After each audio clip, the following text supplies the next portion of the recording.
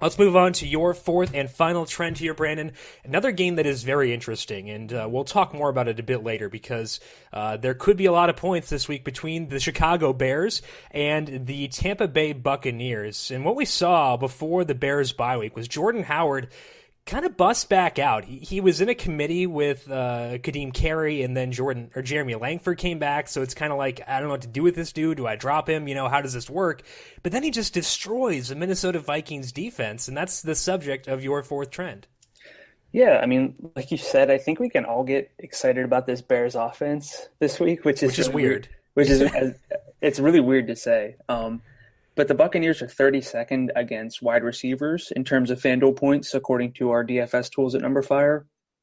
They are 28th against quarterbacks, but they're also 27th against running backs. And that's something that I'm just curious about because everyone's looking at David Johnson, and you're probably you can spend up for Le'Veon Bell also, but if not, you're probably trying to save a lot of money. So I think these sort of guys around the 7K range might just get completely overlooked.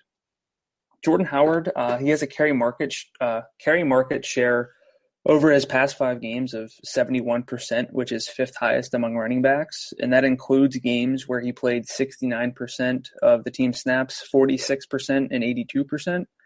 And those were his 3 most recent games. The 2 before that included in the sample were 91 and 96% of the snaps. So he's about 65% of the team's carries over his past 3, which is just outside the top 10 of running backs on the main slate. And he's got 89% of the team's red zone carries in his past 3 and 82% in the past 5. We like the Bears offense. It seems they're going to be probably in the red zone, and those carries shouldn't go to pretty much anybody else. He's 6,900. We all know we're trying to fit in David Johnson.